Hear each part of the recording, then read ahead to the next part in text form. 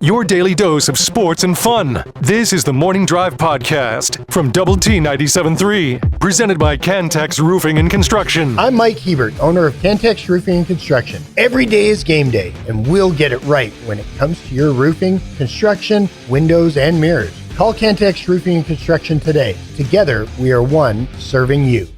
Recap the Texas Tech win last night over Ole Miss. They win at 1-0. And they'll play now on Saturday against UCLA. That's just so huge, when you don't have to worry about a game today, and you don't have to worry about your back against the wall. You still got a game to give, so to speak. But you kind of just do what you do, and now get ready for another game. Give your team some rest. That's large. And now we'll see in the other winners bracket game. It'll be Oklahoma and Texas. Yeah, that'll be a highly contested. A lot of emotion in that matchup. Yeah, I would think so. Right? That'd be a fun ticket for Saturday night. Border war, right? So to speak. Texas and Oklahoma. I don't think they like each other very much. That's what I mean. Might want to be border war. Feels like there's a bit of a rivalry there. I mean, you might want to watch that one. That could be ugly. Okay, so now the question is, who you rooting for? Are you rooting for in that matchup? Oklahoma. Well, but they're the 4-time defending champion. ABT Sports. Anybody but Texas. I'm gonna say something that'll probably anger the sports gods. I'm gonna try to say it the right way here. Mm-hmm. Okay, I don't really think Oklahoma is that good. Okay, they do not, in my opinion, have a dominant pitcher. Okay, I thought what we saw from Tennessee, I thought we saw from Texas was dominant pitching. I thought OU's pitcher was very good, but she was not what. I mean, the Tennessee pitcher just had one bad inning, okay, and it cost him the game. So I don't think Oklahoma's the second best team. Okay. Okay, I fear Texas right now more than I do Oklahoma when I look at those teams. Okay. All right, so I'm just going to tell you that. So does that mean that you're rooting for Oklahoma? Now, what Oklahoma has going for them is there's a home field advantage with the crowd. Sure. Mm-hmm. That's absolutely there. Mm-hmm. It is 100% there. You totally get it. So that worries me a little bit, but I think Texas is the better team. Okay. Yep. And I think Tennessee's the better team. They just had one bad inning. Okay. And so and they can always come back through. Yeah. Now I didn't watch the late game last night, so I don't know what to think about those teams. But there's one team, in my opinion, that looks more dominant than the rest. Mm-hmm. Okay. And it's not Oklahoma. They don't look the most dominant to me. Okay. A couple thoughts here from the Yates Flooring Center chat line early. Can we win another 1-0 game and go Texas? We want to play you. Okay. Okay. This texter says bring it on. Somebody else says go OU, beat Horns. Okay. Somebody else has a question. The question is for me. Chuck, is Texas Tech still playing with house money? It's a fair question. No comment. Yeah. I'd say I got chastised for my comment last time. No. By who? By the texters? Or did I chastise you? The texters. Okay. I guess at this point in time, the house has kind of changed, right? Now you want to win the whole doggone thing. So. But you didn't in the Super Regionals. Didn't matter. House money didn't matter. Yeah, it's fair. It's fair. When you throw a lot of things against the wall, sometimes they come back at you. That ball does bounce off the wall every once in a while. Oh well, just kind of the way it goes. I wonder what the highways and byways will look like this tomorrow going to going to Oklahoma. And I would imagine some extra folks will go, well, hey, you know what? Trip to OKC might not be a bad thing for the weekend. Looked like they had some seats available last night. Oh, yeah? Yeah, that's what it looked like. Well, I bet there are a lot of hands to shake up there, Chuck. Yeah. I don't think I'm going to be able to make it. Real question is, when is Choice going to put the jinx on? Does Choice want to do that? I don't. Choice is definitely he's a jinx guy, yeah. Okay. Yeah, he says things that seem to go oppo. Yeah. He's firm with his statements sometimes, though. You know, he's hard to get the mind to change on. You know, once he makes it, he's firm with it, and then it's hard to get him to turn around a little bit. I feel like at least on some things I'm flexible, Jimmy. I'm a little flexible. This Tennessee manager made a bad decision. Yeah, made a bad decision. We'll have Astro baseball and Ranger baseball on the air for you tonight. Astros are at home against the Tampa Bay Rays, 640 on 100.7 the score. And then the Rangers and the Cardinals tonight. It's Texas Tech night at the ballpark in Arlington. Awesome. Yeah. Grant McCaslin's going to throw out the first pitch. Now, it'd be funny if he took a basketball out there and threw it 60 feet 6 inches. Do you think he could do that? I'm sure he could throw a basketball that far, yeah. One-handed? Yes. Okay. All right. Wouldn't Call that a be baseball pass, Chuck. I know. Wouldn't that be cool, though, if he did that? Took a basketball out there and threw it? No, I think he should take a baseball. Baseball, since it's a baseball game? Yeah. Okay. Yeah. We get this. Texas Tech is a softball and basketball school. Well, today. Wes Kitley would like a word with you, sir. Yeah. He would national championships. Nothing but, championships, Big 12 indoor, outdoor. 4 of them this year. Yeah, right. Yeah. Just skip over that. Just skip over. He would. That was funny. He would like a word with you. Just a word. Time to get some hot bats. Yeah, well, I mean, they were hot enough last night, but you would have loved to have had a base hit with the bases loaded, right? Or a fly ball or something. Yeah, I mean, one of the base hits that you get is just a little squibber out there in front of the plate, and great hustle, getting down the line and to beat that throw. But yeah, I mean, it's kind of the sport is if you can put them together, and you put them together last night, right? And in the run scoring inning there. I'm not sure if, they called it an unearned run, and I don't know if that was fair or not. I don't know if she would have scored either way. Just obviously it wasn't played well down there in the left field corner, but you definitely would have felt a lot better with a little insurance there, absolutely. Right? No doubt. How'd you feel about the interference call? I hate that rule with a passion. Oh my goodness. Yeah, I mean, she did not impede the girl from getting to the bag at all. She was going to be out. Obviously, I'm happy the call was changed. It was good for us. But, I mean, I saw it in other regionals this weekend. I don't get it. Mm-hmm. I am totally on board with what we used to have in the past being illegal, where a guy would slide into home and the catcher wouldn't have the ball, and he'd have to slide through the catcher, and he couldn't get through him, and then he'd catch it and tag him out. Yeah. And that being illegal. I am 100% in favor of that, both for just like blocking the plate. To me, I always used to make the joke. It would be like somebody, when you guys were playing kickball, right, and somebody was running to second, and somebody just ran and grabbed second base and ran away with it. Okay. Right, yeah. Okay. Yeah. But I hated the whole blocking the plate thing. So I'm totally on board with them changing. But this obstruction thing, she did not stop her from getting to the bag at all. I mean, she had her foot in front of the bag. I mean, not at all. Yeah. I mean, in baseball, you can still have your foot there, or whatever. A guy slides into the bag and he slides into your foot. But again, I know they're different sports or whatever. But man, that's. Do you think if that was a baseball game that, like, let's just say that's in Omaha, would that have been a game that a call that Tim Tadlock would have appealed on?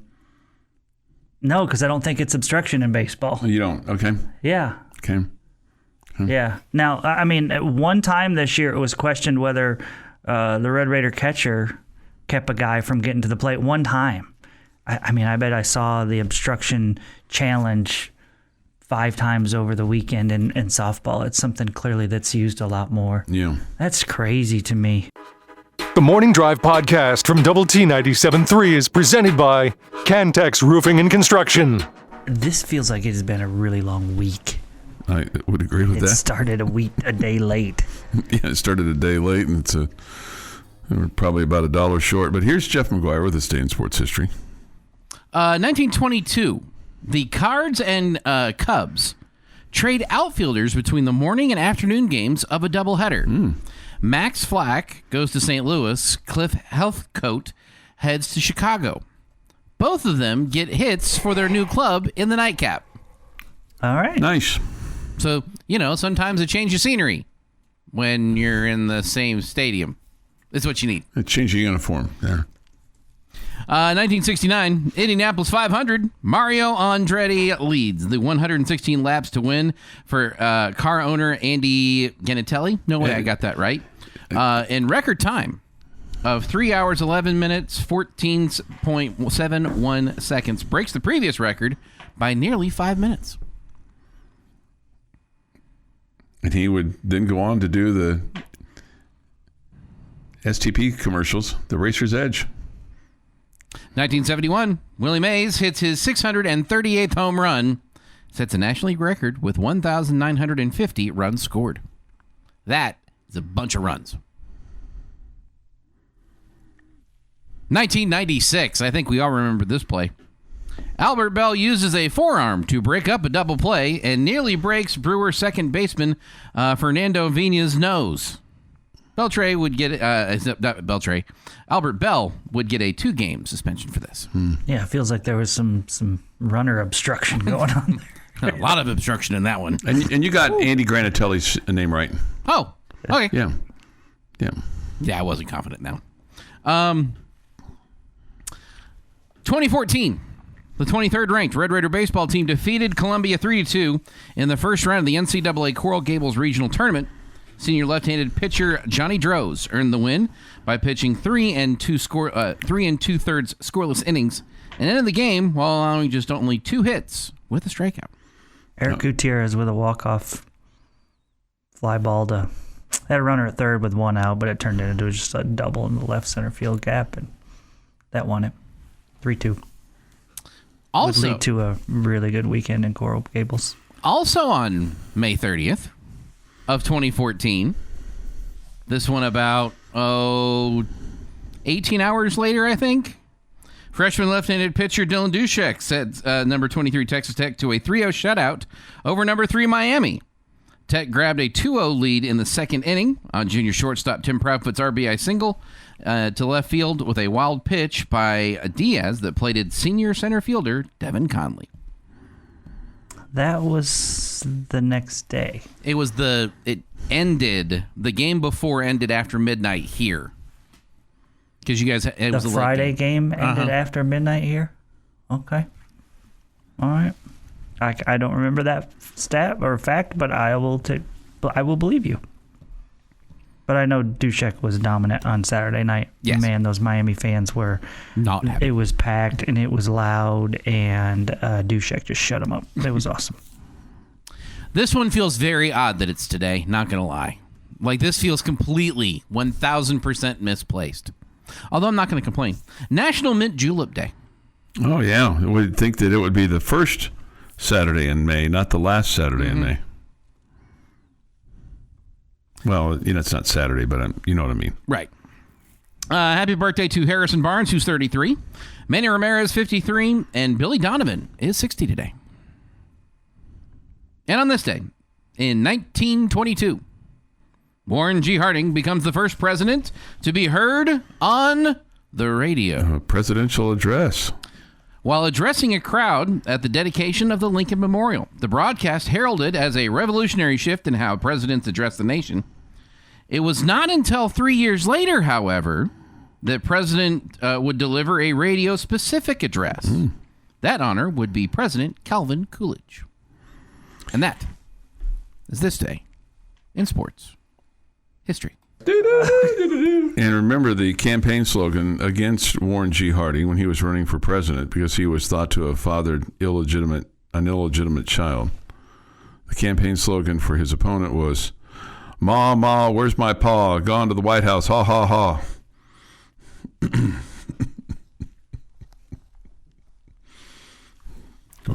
Okay. I just remember I like Ike. Yeah. All right, time for your lucky local winning word here this morning on the Morning Drive. Some people would say, Chuck, I don't give a hoot about that. And you would be probably among them. And so that would be good for you to write in today's lucky local secret word, owls. Owls. O-W-L-S, owls.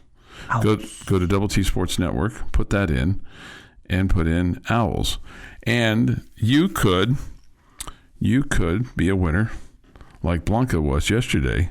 We'll give away more cash on Tuesday and Thursday of next week. Okay. It's all brought to you by the Home Zone, making your house a home over at 50th in Indiana. And Double T 97.3. Owls is your lucky local winning word. We get this communique this morning. Good morning, Chuck and Jamie. Could you please wish Ashton Crowder a happy 16th birthday from her daddo? Well, happy birthday, Ashton. Happy birthday, Ashton. Hope you have an awesome day. And, if you're getting behind the wheel today, just be careful. Tell your dad thanks. Yeah. He thought enough of you to send a text to us. Right. For us to wish you a happy birthday. Yeah. Ashton turning 16 today. Do you think she's getting... Well, one, do you think she's up? Okay. Two, probably getting an eye roll maybe from Dad? I don't have any idea. I mean, if you did... How would your daughter she'd give an eye roll, right? Yeah, probably. Yeah. This got called out due to storms last night, so didn't get to watch. Listen to it on the Double T 97.3 mobile app. So thank you for the broadcast. Yes, we're glad to do it. Glad to have it. This glad to hear Texas Tech will be properly recognized at Globe Life. Was there before last year and past the last pitch. Josh didn't play, and Texas Tech was not recognized in any fashion at all. So I'm sure my scathing letter is responsible for tonight's action. Okay. I wasn't there for Tech Night last year, so if your scathing letter is responsible, then give you a hand clap, right? Yeah. Sure, we want Josh in there. Yeah. I think he was hurt last year, right? Off day. Oh, it was an off day for him. I think 2 years ago it was an off day. I think he was hurt last year. Okay. That seems odd that he would have been off on Tech Night. We were all very confused. That's right. I do remember that. With regard to the obstruction call, this comes from a 25-plus year softball dad. He says it was clear obstruction. It was equivalent to having to reach around the base. I'm going to respectfully disagree with you. I'm not a... No, I don't disagree that it was obstruction. I don't like the softball rule. Yeah, but I don't think it... Okay. I'm not saying that the umpires got it wrong. Yeah. But you don't like the rule. I don't like the rule. You think that she should have been called out? Yeah. Yeah. I don't like the rule. I'm not saying the umpires called it wrong. Okay. Yeah. Let's see. We get this. Need some help, fellas. Should I buy the expensive ticket to sit in a sweet spot with access to rich people, or cheap tickets, and it saves me just a tad bit of money? Well, I mean, I don't know about sitting with the rich people, but if you can get a better seat, then by all means, because the days of going down and just, hey, that seat's not taken, you go down there and sit. Can you pay rent if you get the good seats? If yes, get the good seats. And the other thing I would say is if you've got a budget of how much you want to spend, then I would get the cheaper seat so that you could eat more food. Right? This really feels like that's a you question to ask yourself. That three radio people can't really answer that question for you. I mean, it's Bullfighter. He can use all the help we can get. The Morning Drive podcast from Double T 97.3 is presented by Cantex Roofing and Construction. Good morning with Jamie Lent and Jeff McGuire. I'm Chuck Heinz. We're discussing the National Football Foundation decision yesterday to lower its standards with regard to coaches' winning percentages. There's other things in there, as a texter points out, that did not change in terms of what you have to accomplish, and it's up to voters. It's a nationwide deal. If you're a member of the National Football Foundation, you get a vote, and when his name is on there, I'll vote for him. I just don't like the fact that you're changing the standards. I feel like that we change standards a lot as a country, as a community, whether it's academic or athletic or what you're doing, all those things. It just feels like such a small change. I get the point that you just made there, but to me, this feels like such a small one. And again, you still have to be voted in. Yeah, and still have to be voted. It doesn't guarantee anybody anything. And somebody points out, and they're exactly right. Jackie Sherrill and Les Miles both cheated to win. No allegations of that about Mike Leach. That's exactly right. I mean, whether it was here or Washington State or Mississippi State, am I going to say everything was on the up and up? I'm sure there was some gray area, but there's gray area with every program at every level and every coach. So to say that everything was dotted I's and crossed T's is probably not. But I mean, you didn't hear those things about his programs. Mm-hmm. Whether when he was winning. I mean, look, he came here and won. He went to Washington State and won. Didn't win at Mississippi State like they wanted, but he was playing in a pretty tough conference at a school that hadn't really had a whole lot of success. So that thing wasn't fully done yet. This from Washed Up Guy. Every Hall of Fame is subject to the whims of certain groups of people that are eligible to vote. Thus, there really is no objectivity anyway. It would have been a shame that someday in the future Mike Leach would have just been a forgotten name, not a real pioneer. Yeah. I agree with all that. Yeah. Let me ask you this. Would you like to see his name in the Ring of Honor? Yes. Okay. If you have an opinion on that, hit us up on the Yates Flooring Center chat line. Somebody says this. I feel lost it here. There's a couple coming in. At any rate, I feel the so-called standards. Thank you. Have to be adjusted as the sports dynamic is adjusted. Yeah, I mean, that's a fair take. That's a fair take. This from Viva 73. He's not always the most complimentary person. Is not any different than Texas Tech's change in the rules to get Patrick Mahomes in the Ring of Honor when he went in. All they wanted was his damn money. I don't. I don't know that there are rules for the Ring of Honor. Yeah, I think there were perceived rules, but I don't think there was never a published set of rules that said, here's the criteria for getting in. No, It'd be nice if they would. Yeah, and I think they've been getting Mahomes money regardless. Yeah. Hall of Fame is Hall of Fame. Leach changed how football was played. He is a Hall of Famer, 100%. Okay. Leach had allegations of player abuse. Oh, give me a break. No, that's true. He did. Yeah, there's a lot of that. That's true. Happened. He did. That did happen. He did. He did. There may or may not have been a closet involved, or a storage area, or something. There were in fact allegations of that, yes. Well, I don't even know if there's allegations. That happened, right? He was just asked not to do it again, and then that's where the dispute happened. Then the fur started flying. Made a guy do his homework in the snow. Yeah. Ed Britton, yeah. Easy Ed. Yeah.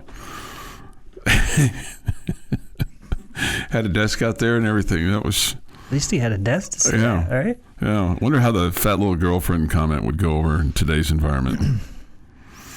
I'm sure that after the loss of the Aggies, it would still go over well. Well, here I'm sure that people would throw that all out of proportion as well. So anyway, I just wanted to get everybody's take on that. So I think, like I said, I think he'll overwhelmingly go in. I think there's a couple other former Tech coaches that have always been on that on that list. Pete Cawthon as one of them, who if you read his book, you do any history on Pete Cawthon, he had his own disputes with the administration and left in a huff as well. He wasn't fired like Mike Leach, but he was a very successful coach here who didn't end well for him either. So there's a lot of similarities there from the 1939 to the 40s era with him as the coach to when Mike Leach was the coach here in Lubbock. 7:20 this morning here on the Morning Drive. If you have a take on it, hit us up on the Yates Flooring Center chat line. Go to the WT97.3 mobile app. It's presented by Happy State Bank. Visual Edge IT hotline is open too at 806-771-0973. Rich Rodriguez is now also eligible, Jamie, to be in the College Football Hall of Fame, but he's still got stuff left in the tank. He does. I would think that he's got a chance to change his numbers. Yeah, and he's got a chance to change his narrative at West Virginia. I mean, obviously it already has with him coming back and now being the coach. And if he's successful, I think those that haven't, I don't know that anybody's going to there'll always be people that will not forgive and will not forget. But he has a chance to kind of change his history there at West Virginia. So hope he doesn't. Yeah, I hope he doesn't either. I hope he doesn't either. I think won't be rooting for the Mountaineers anytime soon. No. Not because of him, but the whole Mountaineer thing. This is the comment from Steve Hatchell, who is the National Football Foundation president and CEO. The NFF is committed to preserving the integrity and prestige of the NFF College Football Hall of Fame. This adjustment reflects thoughtful dialogue with leaders across the sport and allows us to better recognize coaches whose contributions to the game extend beyond a narrow statistical threshold. I get it. Yeah, it's more than just about the statistics. Yeah. And I don't think there's anybody out there, I mean, I could be wrong, that thinks that Mike Leach is not a Hall of Famer. Yeah. The other eligibility requirements for coaches, they must have served as a head coach for at least 10 years. He checks that box. Coached at least 100 games, checks that box. They become eligible for consideration 3 full seasons after retirement or immediately if they're at least 70. Active coaches become eligible at 75. So Bill Belichick's eligible. I think. Is he 75? Has he coached 100 college games? No, not he's not eligible. He's not eligible. He won't coach 100 college games. He's only 75 if his girlfriend tells him he is. Man, is that weird? Hey, man, I'm not telling people who they can't fall in love with. No, I understand that, but I mean, it's awkward. He's 70. And it's not we should be applauding him. He has outkicked his coverage, as every man should try to do. Yeah. Jamie, did you outkick your coverage? You darn right you did. Please don't compare me to what Bill Belichick and his every guy should try to outkick. Going on. Yeah. Chuck absolutely outkicked his coverage with the lucky lady. Leach virtually put Tech on the map as far as football. We would not have a Kingsbury, Cumbie, Harrell, Crabtree, Welker, Amendola, etc. Yeah, there's no question. I'm not more excited for Rich Rodriguez than Mike Leach. Okay, my only thought was I just I don't like lowering standards. Okay, I think he's a Hall of Famer. I get it. I understand they were in a tough predicament, and they did what they had to do. And I get it, and I understand it, and I hope they don't have to make that adjustment again. And I'm sure that they wish they didn't have to make that adjustment because that would mean that Mike Leach would still be coaching and still have an opportunity to get above the threshold without changing him. Feels like they made a wrong right. Your daily dose of sports and fun. This is the Morning Drive Podcast from Double T 97.3, presented by Cantex Roofing and Construction. Jamie's question of the day on Double T 97.3 is brought to you by Connecticut of West Texas. All right. So I've got a 2-parter for you today. It was going to initially be a 1-parter, but I already know the answer to one of Chuck's questions, or one of my questions, and so I made it a 2-parter. Okay. Okay? Whoa. So why do I have to work harder? Because you know one of his answers already. Yeah. Okay. So tonight, in Arlington, we will have a great Texas Tech coach, throwing out a first pitch to a great Texas Tech Red Raider. Yep. And Grant McCaslin to Josh Young. So, my two-part question for you today. Mm-hmm. You are being honored to throw out the first pitch. Okay? Question number one, or A. You're doing it at a Texas Tech sporting event. Which Texas Tech figure in history are you throwing to? And question number two is you're not doing it at a Texas Tech sporting event, and you cannot throw out to any sports figure. Somebody else, who are you throwing to? Some other celebrity, president, world leader, rapper, SZA, any of them. You pick them. The first pitch, or it could be a football, it could be a basketball, it could be... He said first pitch. Javelin? Oh, no javelin. Yeah, throw a javelin to somebody. Genius idea. We used to do that. We would catch the javelins. We would throw them to each other as part of our practices because we'd get bored with throwing, and so we'd throw them to each other. And to catch a javelin, you have to be parallel to the javelin when it's thrown. Okay. Okay. That's on track. Stay on track. I'm trying.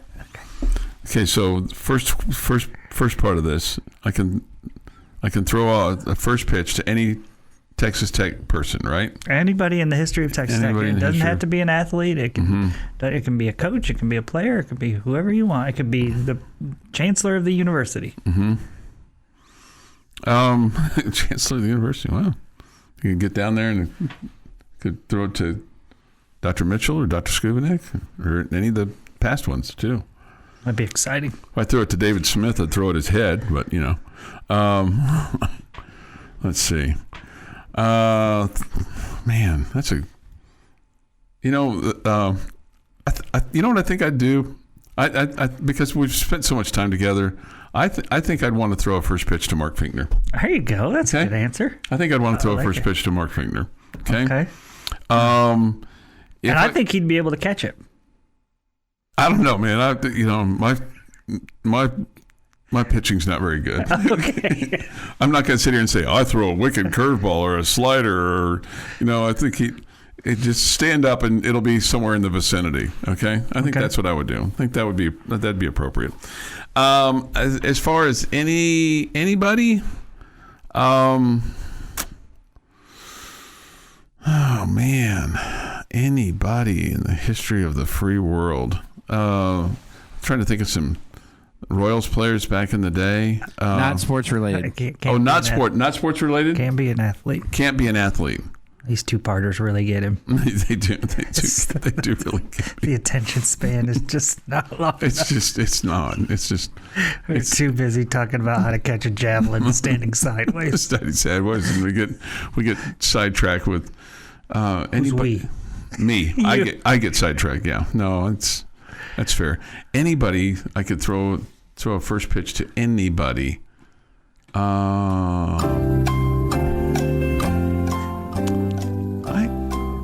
I'd say a president. I think it would be cool. Ronald Reagan. You know what? I'd like to throw a pitch to Ronald Reagan. Okay. That'd be cool. Bobby Hot Dogs suggested Wizzo the Clown. That is a good answer. You know what? Wizzo the Clown I'm going to change my answer to Wizzo the Clown. Okay. He just picked Wizzo over a president. Yeah, but Wizzo was, he was the man back in the day. Jeff? All right, Jeff. I was under the impression these people had to still be alive. Wizzo is not alive? He's not alive. Neither is Ronald Reagan. He's Dunzo the Clown now? He's been gone for quite some time. Dunzo the Clown. Yeah.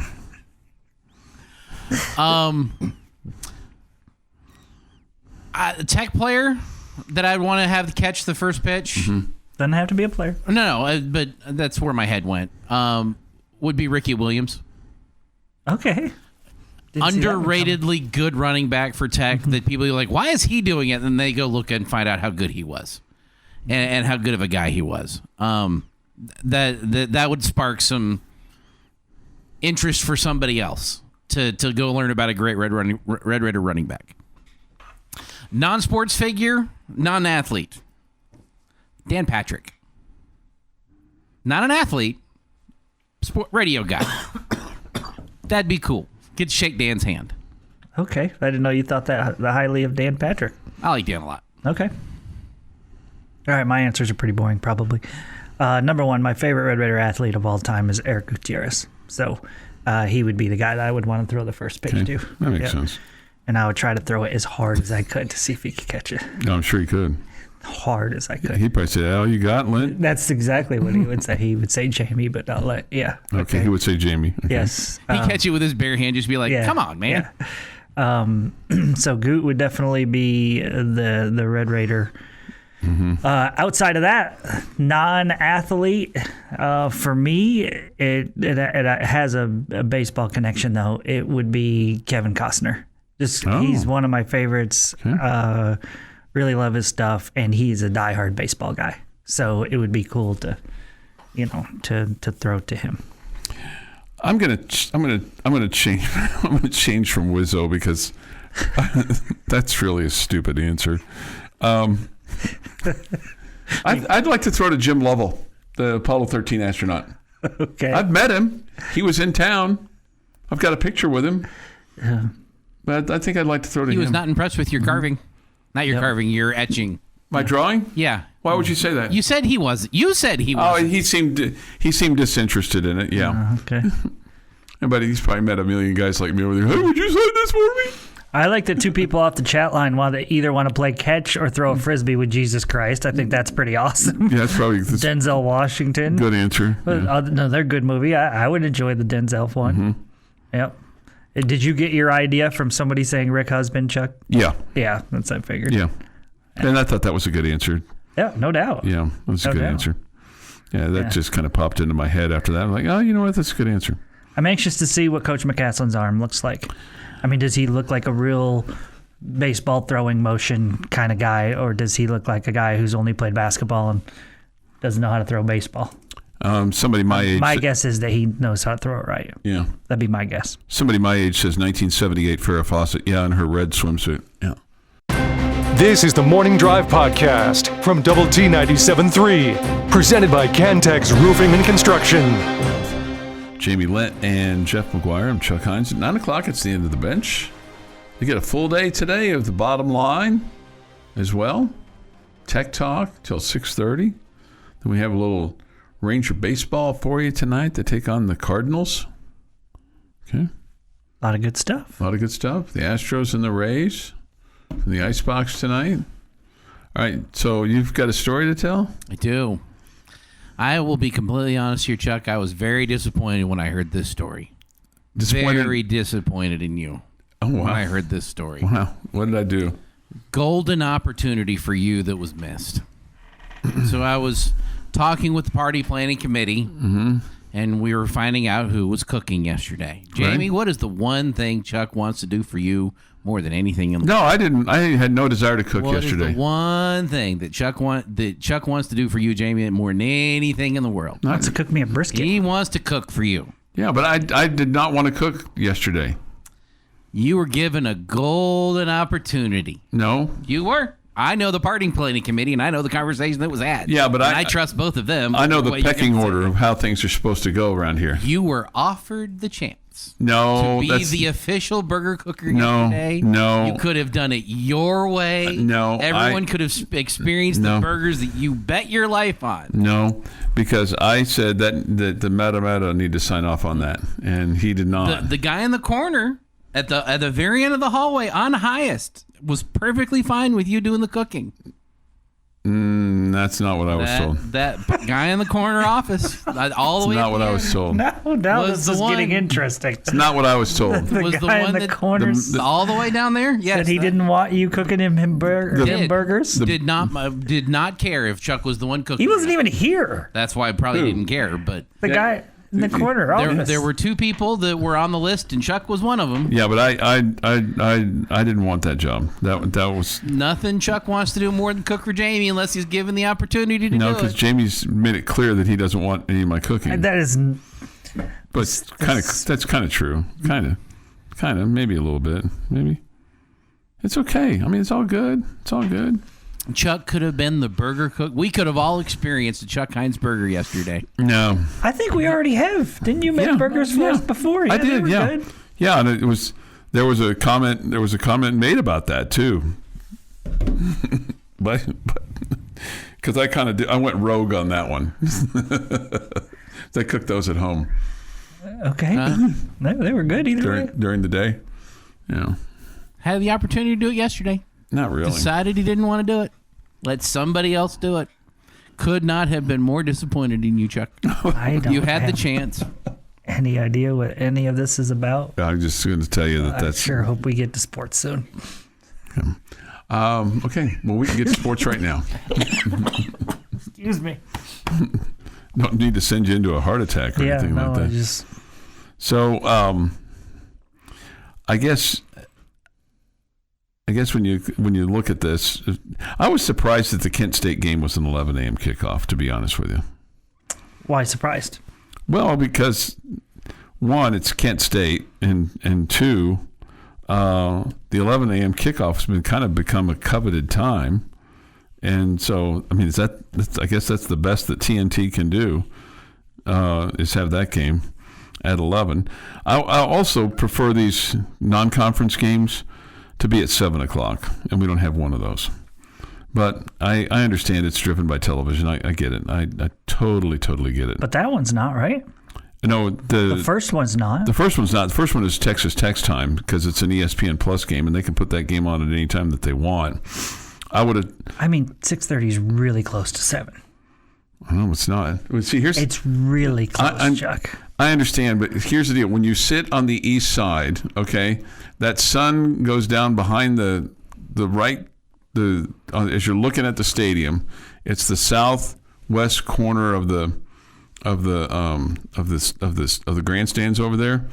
It's about 7:45 when that thing goes down, roughly, plus or minus. Yeah, I mean, but I get that it's not perfect for you. Okay, I just was saying that's what I understand, but they want it to be evening, so it's cooler, right? Check. Okay, 6:30. But they also want people to be able to get home. And have their children at the game and sure, I get that. All the above. Yeah. I mean, you'd have no issues if we started it at 9 o'clock with the sun. Okay, but it feels like that would, convince people that that's too late. That'd for be us. a little late. Yeah. Yeah. Okay, so I think 8 would be a little late. I just thought 7:30 would be. You're just asking me what would be good. I said that's what. But the 11 surprised me. That surprised me. I wasn't necessarily surprised by the 2:30 for the last game against Oregon State because that's a pretty traditional college football time. 2:30, 2 o'clock, 1 o'clock, right in there.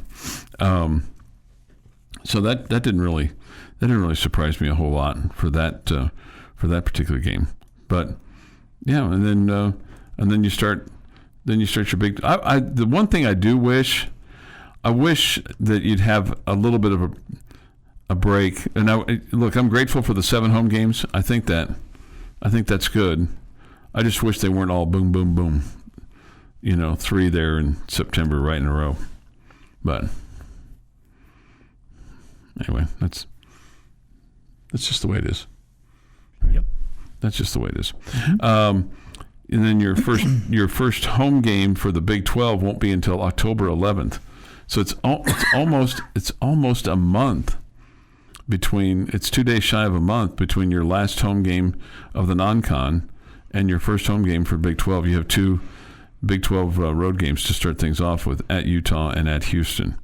The Houston game seems a lot easier than the Utah game, obviously, but hopefully you're 4-0 going on the Houston game. You're 5-0 coming into October. Wouldn't that be something? That'd be awesome. Yeah. Hopefully you're 12-0 going into the Big 12 championship game. Yes, absolutely. Yeah. Yes. Yes. Absolutely. Mm-hmm. Absolutely. So we'll see. We'll see what. And then now we'll be at the kind of the weekly hands of the beholder there of the Big 12 and TV and all that kind of stuff. And that's certainly understandable. But the better you play, the more likely you are to have an earlier start time as you're kind of moving forward. Because it seems like the 11 a.m. kick, which it used to be like that's where they put the bad teams, but now it seems like that's where they put the really good teams or the really good games. A lot of times, yep. Yeah, just because they're trying to get people to tune in and stay with them the whole season. 8:22 or the whole game, I should say. 8:22 this morning here on the Morning Drive. Again, thoughts, comments, Yates Flooring Center chat line. How do you feel about? I mean, I realize you didn't watch the game last night, the UCLA game, and I didn't either. But you feel good about tomorrow night for Tech? Yeah, I do. I mean, I feel like you have the most dominant player at the position that's able to dominate. It sure seems that way, doesn't it? It does. I mean, I don't. I know we talked about you had the 5th best odds to win the national championship. I'm sorry, after watching yesterday, and again, I watched 3 of the 4 games. I don't know how that's not higher. I mean, I really do not know how that's not higher. It feels to me like you should be in the top 2 or 3. I mean, this seems like a silly question, but it feels like that they're getting better each game. I feel like they've played one game in the postseason where they weren't just awesome, and there were some defensive miscues, and that was the final game in the regional against Mississippi State. They're definitely playing great. I mean, defensively, they're making. Fundamentally, they're really good. They're a really good team. Yeah. Fundamentally, I mean, at least that's what it seems like. Again, I'm not trying to be an expert here, but everything's better when you're dominant on the mound in baseball and softball. It goes back to what you were talking about and too. You are. Yeah. You are absolutely dominant.